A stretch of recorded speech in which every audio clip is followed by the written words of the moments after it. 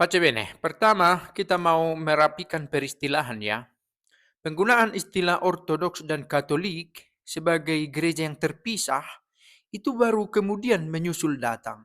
Pada era abad kelima, gereja memakai istilah Ortodoks, Katolik itu merujuk pada gereja yang satu. Belum ada pembagian pemecahan sedemikian rupa sampai pada akhirnya pelan-pelan terbentuk pemecahan baik secara politis juga secara teologis boleh dikatakan doktrinal. Termasuk dalam persoalan ini Ortodoks Oriental, ya Ortodoks Timur. Mereka meyakini bahwa Yesus hanya punya satu natura, gitu ya. Sementara gereja berkata bahwa ada dua naturanya, ilahi dan manusiawi.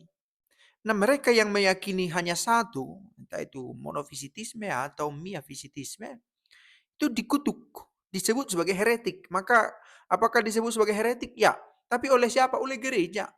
Belum pada terminologi gereja Katolik. Karena gereja itu memang Katolik. Satu. Kemudian baru ada pecahan, lalu terpecah lagi, dan banyak denominasi sekarang. Nah, apakah memang heretik disebut kelompok itu? Ya, karena percaya pada monofisitisme. Sementara gereja terutama lewat konsili Kalsedonia menegaskan bahwa ada dua natura Yesus. Dia itu ilahi dan dia manusia. Ada natura Allahnya dan ada juga natura manusianya. Sifatnya ada empat dikatakan.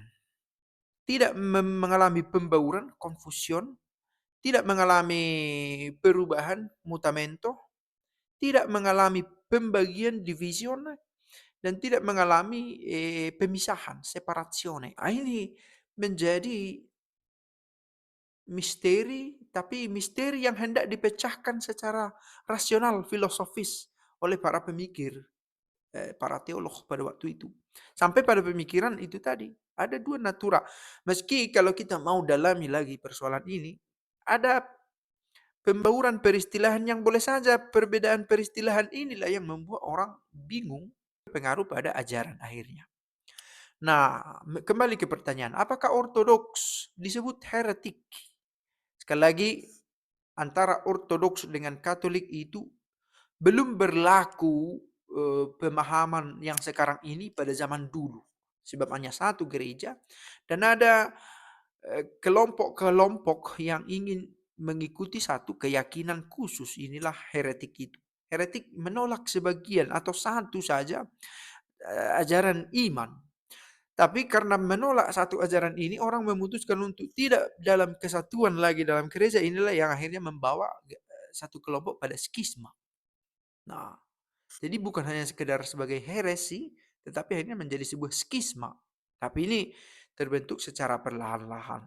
Terjadi secara bertahap dalam perjalanan sejarah gereja.